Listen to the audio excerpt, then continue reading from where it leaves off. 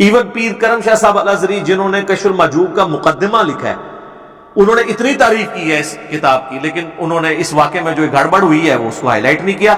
اور الٹا انہوں نے ضیاء القرآن پبلیکیشن نے جو ان کی ضیاء القرآن تفسیر شائع کی ہے،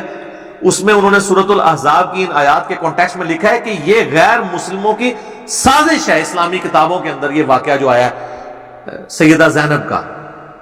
اور کشف المحجوب میں وہ واقعہ آیا ہوا ہے، اور اس میں لکھتے ہیں کہ وہ حالت سکر میں تھے، اور اس سے بایزید بستامی کا سکر ثابت کیا۔ بایزید بستامی کا سکر ثابت کرتے کرتے نبی علیہ السلام کو سکر میں شامل کرتے، یا پیغمبر نہیں سکر میں جاتے۔ ما ضل صاحبکم وما غوا، تمہارے نبی نہ کبھی بہکے ہیں نہ کبھی بہرا چلے ہیں، نبی کے اوپر تو اس طرح کی کیفیات طاری نہیں ہوتی ہے۔ تو یہ میں نے یعنی چیزیں ہائی لائٹ کی تھی، یہ تینوں حوالے یعنی میں ریپیٹ کر دیتا ہوں، کیونکہ جو لوگ اب آگے ان کا مشن لے کے چل رہے ہیں، ہم آپ کے ساتھ اس مشن میں ہوں گے۔ فرانس تک تو ہماری پہنچ نہیں ہے،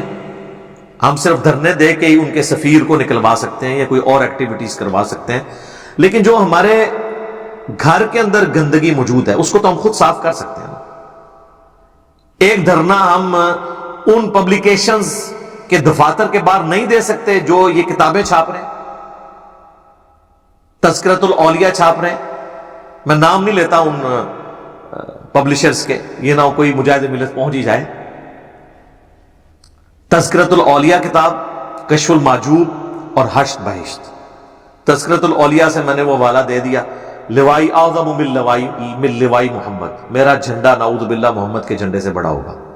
اور کشف المحجوب سے میں نے صاحب اور سکر کا واقعہ بیان کر دیا، اور حشر بہشت کے اندر وہ چشتی رسول اللہ والا واقعہ۔ وہ پھر الٹی تعویل کرتے ہیں، وہ کہتے ہیں اس میں لکھا ہوا ہے کہ معین الدین چشتی اجمیری المتوفا 633 ہجری ان کی طرف منسوب ہے، ہم نہیں کہتے کہ ان بزرگوں نے کہلوایا ہوگا، لیکن کتابوں میں تو چھپا ہوا ہے۔ وہ کہتے ہیں وہ اس میں لکھا ہوا حضرت خاص کیفیت میں تھے جب انہوں نے اپنے مرید سے کلمہ پڑھوایا، اور بعد میں انہوں نے یہ کہہ بھی دیا تھا نا کہ میں نے چیک کرنے کے لیے پڑھوایا، کلمہ وہی ہے۔ تو سر اس سے تو مسئلہ حل نہیں ہوتا، اگر کوئی چیک کرنے کے لیے بھی غلط کلمہ پڑھوائے، اس کے بعد اس کو اس کفر سے توبہ کرنی ہوگی،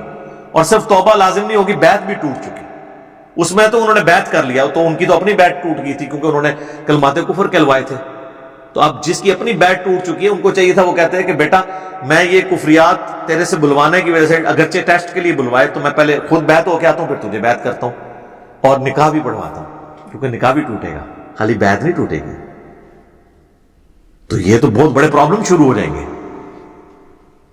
اور یہ ہے با خدا دیوانہ باش با محمد ہوشیار، یہ با محمد ہوشیار والا مسئلہ ہے، یہاں نہیں کوئی کہتے ہیں خاص حالت میں تھے۔ تو میں اس کے اوپر خادم رضوی صاحب رحمہ اللہ تعالی کا جملہ بولوں گا کہ یار انہوں ہلکا نہ جانو، جیڑا پونکتا جے نبی ہوتے پونکتا جے، آ کے اس گستاخی نو ہلکا نہ جانو۔